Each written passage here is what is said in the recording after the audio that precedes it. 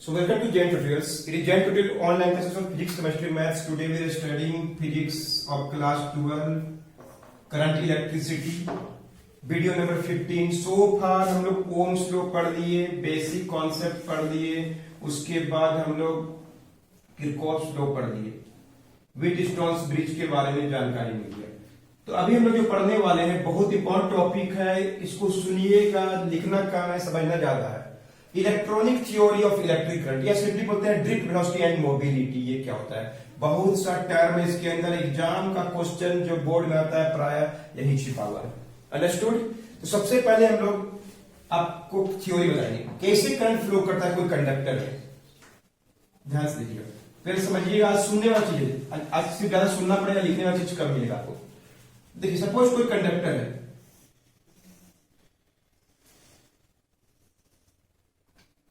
एक simple conductor है, इसको किसी से कोई मतलब नहीं है, इसको बोलते हैं आइसोलेटेड कंडक्टर बोलते हैं. सपोज कॉपर का बना हुआ है, अंदर में क्या होते हैं, अंदर में क्या है, क्लोजली पैक्ड. क्या है सबको पता होगा, एटम्स है, सब पूरा क्लोजली पैक्ड एटम से भरा हुआ है. ध्यान सुनिएगा, एटम्स आर क्लोजली पैक्ड. सबको सुनने में 10th क्लास तक कि मेटल्स जो होते हैं सॉलिड होते हैं एटम से, या कोई भी गैस भी होता है वो भी एटम से. लेकिन इसमें क्या होता है, this conductor is filled with atoms. सभी एटम अपने अपने जगह में है, no displacement among the atoms. Atom अपने अपने जगह में निर्धारित है, पोजीशन है, फिक्स है, कोई डाउट नहीं है. एक आइसोलेटेड सिस्टम है, किसी इसको कोई बाहर से कोई प्रभावित नहीं कर रहा है, इसको बाहर से कोई no effect by outside. Outside में इसको कोई इफेक्ट नहीं कर रहा है. एक आइसोलेटेड सिस्टम में एक कंडक्टर रखा हुआ है. सभी जो ये जो गोल गोल दिखा रहे हैं वो क्या है, एटम है.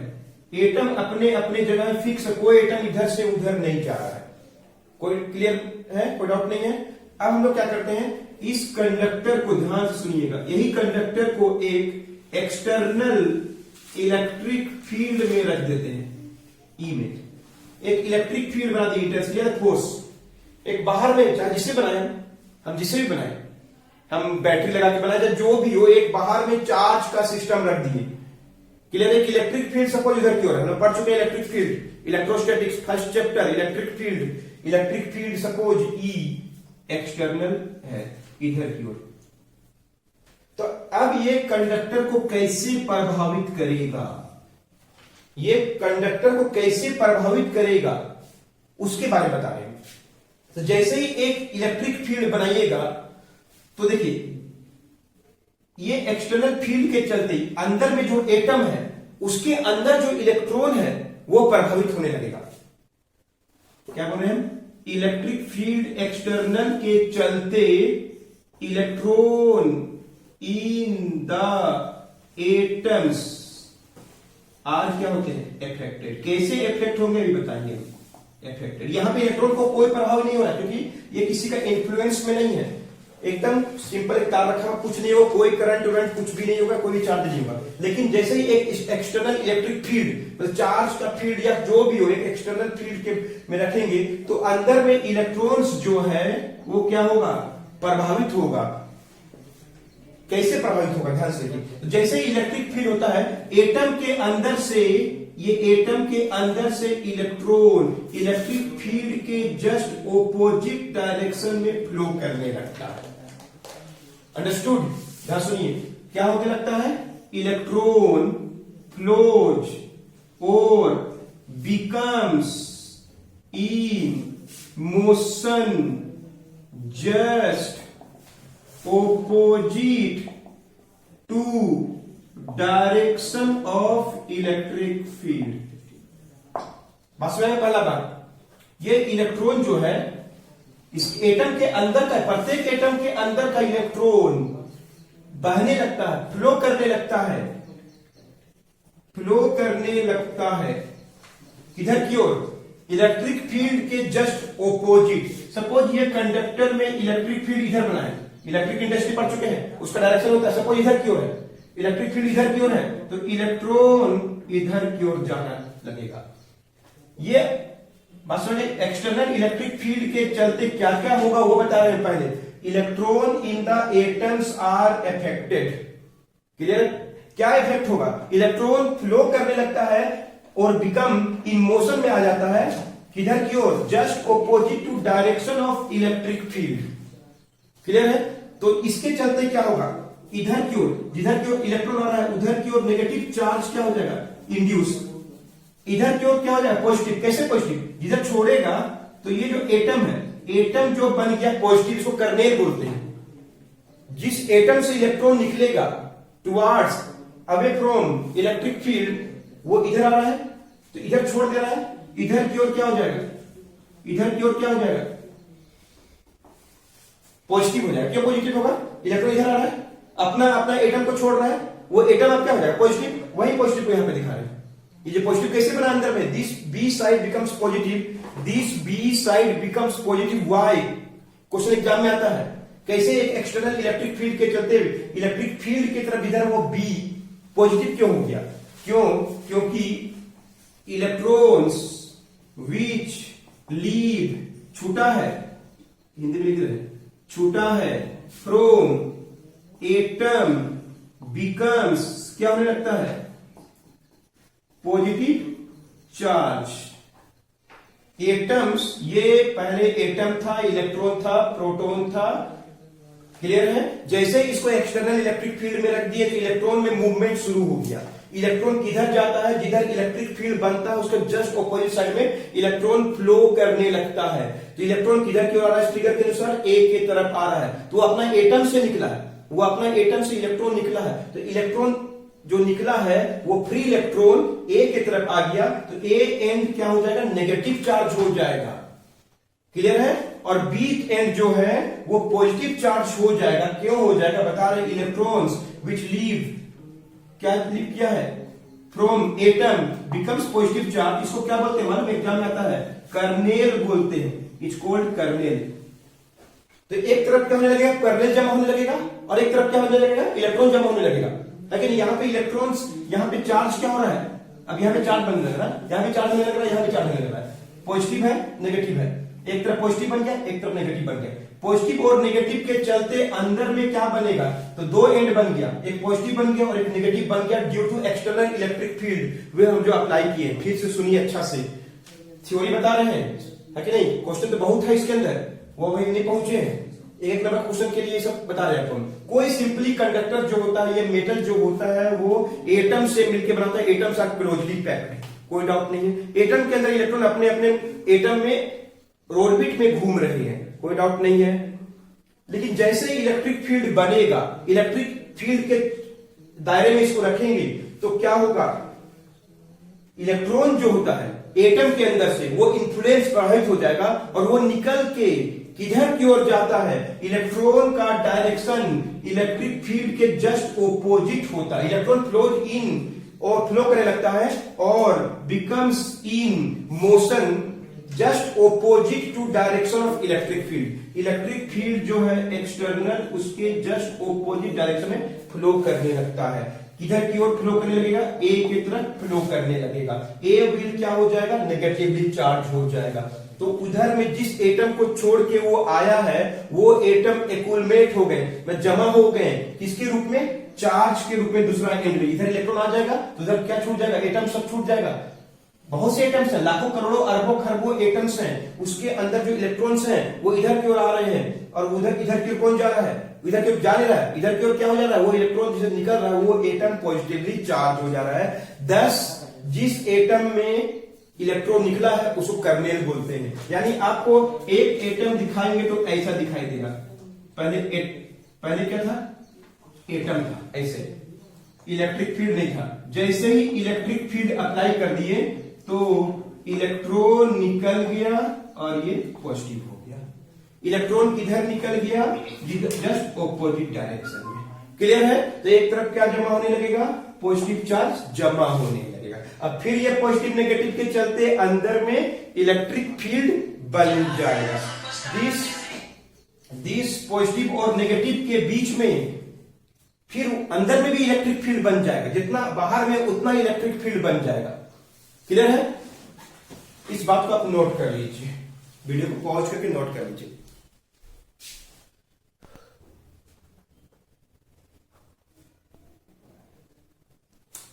तो इसमें से पता चल गया कि अब हम लोग को ये पता चल गया कि ए और बी कोई कंडक्टर है और इसको एक्सटर्नल फील्ड में रखेंगे तो एक तरफ नेगेटिव चार्ज बन जाता है और एक तरफ पॉजिटिव चार्ज बन जाता है।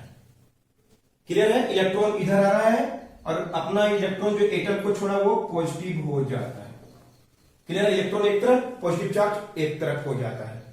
क्लियर है? तो इसका मतलब क्या है, ये नेगेटिव और पॉजिटिव के चलते भी ये अंदर में क्या बनेगा, एक इलेक्ट्रिक फील्ड इनसाइड बनेगा। जितना बाहर में है उतना बनेगा। बस मैंने क्या बोले हैं, due to positive and negative charges at B and A an electric field is set up inside the conductor. Conductor के अंदर में एक इलेक्ट्रिक फील्ड बन जाता है, ई इंटरनल बन जाता है। सुनिए, अंदर में क्या बन जाएगा, इंटरनल इलेक्ट्रिक फील्ड बन जाएगा, which is equal to E external is equal to क्या होगा, ई इंटरनल। जितना बाहर में उतना ही अंदर भी नेगेटिव साइन, बिकॉज डायरेक्शन उल्टा है। बाहर में जितना है उतना ही अंदर बनेगा, जितना बाहर में इलेक्ट्रिक फील्ड था उतना अंदर में इलेक्ट्रिक फील्ड बना देगा, जिसके कारण इलेक्ट्रॉन इधर आ जाएगा, इलेक्ट्रॉन उधर, सॉरी पॉजिटिव चार्ज उधर बच जाएगा, यानी ई अंदर में क्या बन जाता है, इलेक्ट्रिक फील्ड बन जाता है। क्लियर है? इलेक्ट्रिक फील्ड इधर की ओर बन गया अंदर में, तो इसलिए जितना बाहर का वैल्यू है उतना ही अंदर का वैल्यू है। क्लियर है? तो अब जितना बाहर में उतना अंदर में है, तो आपको लग रहा होगा, क्या लग रहा होगा कि अब नाउ आपको ये लग रहा होगा, now electron stops it's, electron stops its motion, ऐसा आपको लग रहा होगा। तो इलेक्ट्रिक फील्ड खत्म हो गया, जितना बाहर में होता है अंदर बन गया। Now electron stops its motion which is not true. अब ऐसा नहीं होगा। क्या इलेक्ट्रॉन, आपको लग रहा होगा कि इलेक्ट्रॉन स्टॉप हो गया, इलेक्ट्रॉन रुक गया होगा जाके, एंड में नहीं हुआ होगा। ऐसा क्यों नहीं हुआ होगा? तो इसके लिए आपको जानना पड़ेगा, इलेक्ट्रॉन के पास थर्मल एनर्जी मिल जाता है। ध्यान सुनिए, जैसे इलेक्ट्रिक फील्ड अंदर में बन जाएगा, नेगेटिव इधर आ गया, पॉजिटिव उधर हो गया, इलेक्ट्रिक फील्ड जितना था बाहर बन जाएगा। जब अंदर बाहर सेम हो गया तो कैसे मूवमेंट होगा, आप यहां सोच रहे होंगे, जो कि ट्रू नहीं है। आपको लग रहा होगा, यू आर एज्यूमिंग, मतलब आपको ऐसा लग रहा होगा कि इलेक्ट्रॉन अब रुक जाएगा। क्यों रुक जाएगा? क्योंकि जितना बाहर में इलेक्ट्रिक फील्ड था उतना अंदर बन चुका है। जब इलेक्ट्रिक फील्ड ही नहीं रहेगा तो मोशन कैसे होगा, ऐसा आपको लग सकता है कि, लेकिन वो सही नहीं है। तो इसके लिए कैसे, अभी भी वो मोशन में है, electrons are still in motion inside the conductor, electrons are still in क्या चीज, मोशन इनसाइड द क्या, कंडक्टर। कंडक्टर के अंदर इलेक्ट्रॉन अभी भी मोशन में है, किसके चलते बताएंगे अभी, due to thermal energy. Due to क्या, थर्मल एनर्जी। ये थर्मल एनर्जी क्या होता है अभी हम बताएंगे आपको। उसके चलते जो वेलोसिटी होगा उसको थर्मल वेलोसिटी बोलते हैं। इलेक्ट्रॉन्स अभी भी इधर की ओर आ चुका, आपको लग रहा है एक्यूमुलेट हो गया होगा, आपको लग रहा है इलेक्ट्रॉन जमा हो गया, मतलब एक्यूमुलेट क्या होता है, एक्यूमुलेट मतलब क्या होता है, जमा हो गया होगा, इलेक्ट्रॉन जमा हो गया होगा, ऐसा लग रहा होगा, लेकिन नहीं हुआ होगा ऐसा, क्योंकि इसके लिए कोई टर्म पढ़ना पड़ेगा, कोई थर्मल एनर्जी नाम का एक टर्म पढ़ना पड़ेगा। उसके चलते भी इलेक्ट्रॉन मोशन में आ जाएगा, उस वेलोसिटी को बोलते हैं थर्मल वेलोसिटी। एकदम कहानी टाइप का ये फिजिक्स का थ्योरी, बहुत इंटरेस्टिंग है, मेरा फेवरेट टॉपिक है ये। आपको फील करा सकते हैं फिजिक्स क्या होता है in term of electric current. अभी तक हम करंट के बारे में पूछे हैं, नहीं पहुंचे हैं, हम इलेक्ट्रिक फील्ड के बारे में पढ़ रहे हैं। सोचिए करंट में, अभी हम लोग इलेक्ट्रिक फील्ड के बारे में पढ़ रहे हैं। इलेक्ट्रिक फील्ड बाहर वाला, अंदर में इलेक्ट्रिक फील्ड इनसाइड बना देता है। एक तरफ इलेक्ट्रॉन और एक तरफ पॉजिटिव चार्ज कर्नेल जमा हो जाता है, उसके चलते अब इलेक्ट्रिक फील्ड बन जाता है। जितना बाहर में जैसे उतना ही अंदर बनेगा, तो नेट क्या हो जाता है, ई नेट क्या हो जाएगा, जीरो हो जाएगा, क्योंकि जितना बाहर में है उतना ही अंदर में जीरो हो जाएगा। लेकिन अब आपको लग रहा होगा कि now electron stops its motion, which is not true. Electrons are still motion inside the conductor due to thermal energy. तो थर्मल एनर्जी क्या होता है, उसके चलते इलेक्ट्रॉन कैसे मोशन में होगा, अभी हम बताने वाले हैं। बिल्कुल समझ में आ रहा होगा, बुक से भी पढ़िएगा, एक एक चीज समझ में आएगा। फील करिए, फिजिक्स को नोट कीजिए।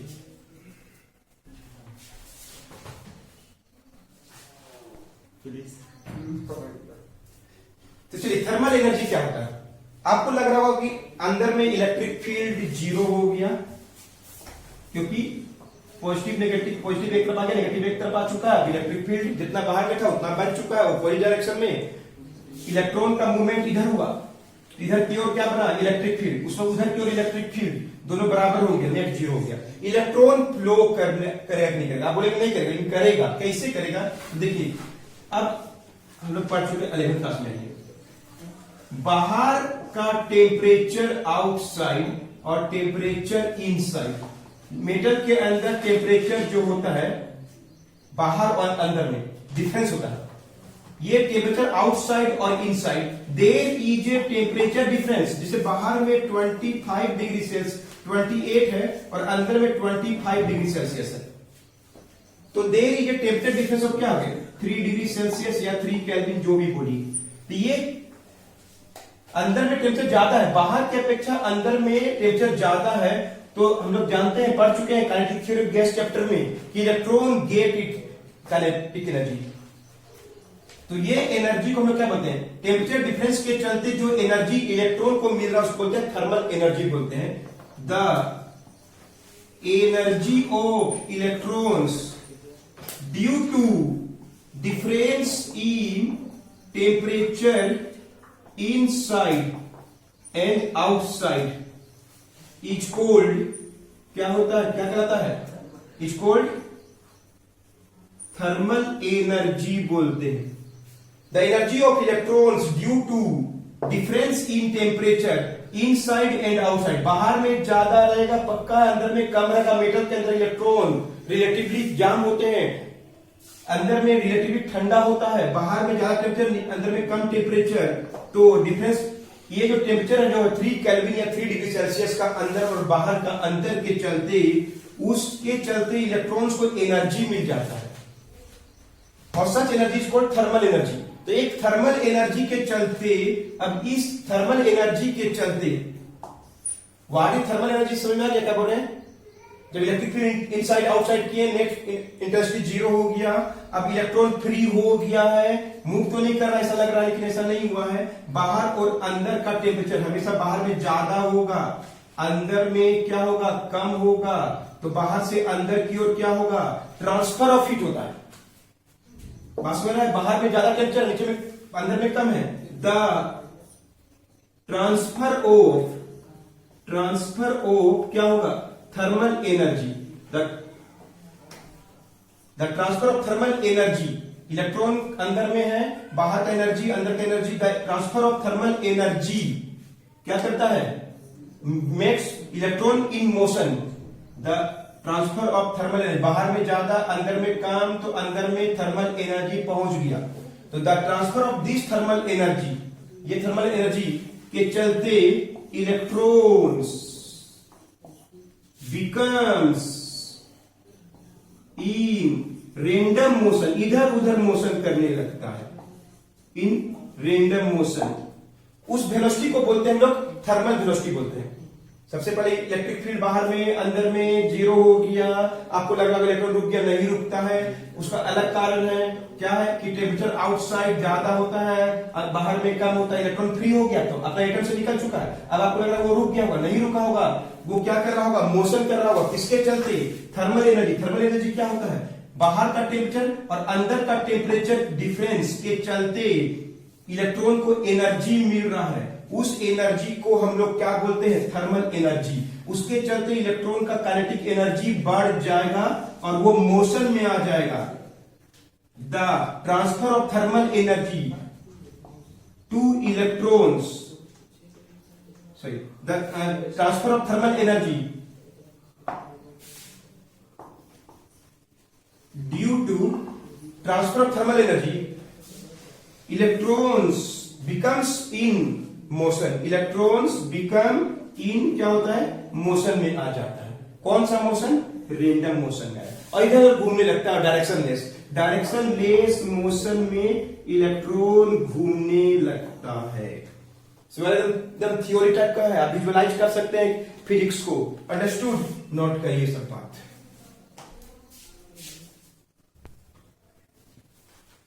तो थर्मल वेलोसिटी क्या होता है, इलेक्ट्रॉन इधर उधर घूमने लगता है, इलेक्ट्रॉन इधर उधर घूमने लगता है in absence of electric field. अब इलेक्ट्रिक फील्ड गायब होगी, जितना बाहर में था उतना अंदर में हो गया, तो net electric field intensity zero हो गया।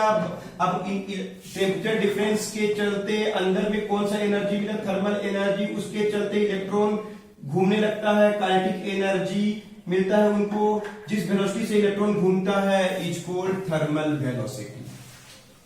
अलग अलग इलेक्ट्रॉन अलग अलग डायरेक्शन में घूमते हैं, रेंडमली इधर उधर घूमते रहता है। The velocity of electrons by which they are in random motion, कहां पे, इनसाइड द कंडक्टर, कंडक्टर के अंदर में इलेक्ट्रॉन घूमते रहता है जिस वेलोसिटी से is called thermal velocity, randomly इधर उधर घूमते रहता है। क्लियर है। The average of velocity of electrons etch क्या होता है, जीरो। मतलब अलग अलग वेलोसिटी, किसी का u1 है, किसी का u2 है, किसी का u3 है, किसी का u1 है, तो एवरेज वेलोसिटी सबका क्या होता है, जोड़ेंगे तो क्या होता है, जीरो होता है। सपोज एन इलेक्ट्रॉन के बारे में बात करें, average velocity u average velocity क्या होता है, जीरो होता है। क्यों जीरो होता है, क्योंकि इलेक्ट्रॉन तो अंदर में ही है, नो डिस्प्लेसमेंट, इलेक्ट्रॉन जो अंदर में ही है उनमें ही मोशन हो रहा है, उनका रिलेटिव डिस्प्लेसमेंट है, कोई इधर जा रहा है कोई उधर जा रहा है, तो उनका एवरेज वेलोसिटी, कोई इलेक्ट्रॉन u1 से है, कोई इलेक्ट्रॉन है u1 वेलोसिटी से इधर की ओर जा रहा है, कोई इलेक्ट्रॉन जो है u2 वेलोसिटी से इधर की ओर जा रहा है। क्लियर है। कोई इलेक्ट्रॉन u3 वेलोसिटी से इधर की ओर जा रहा है, अंदर में ही घूम रहा है, बाहर नहीं निकल पा रहा है।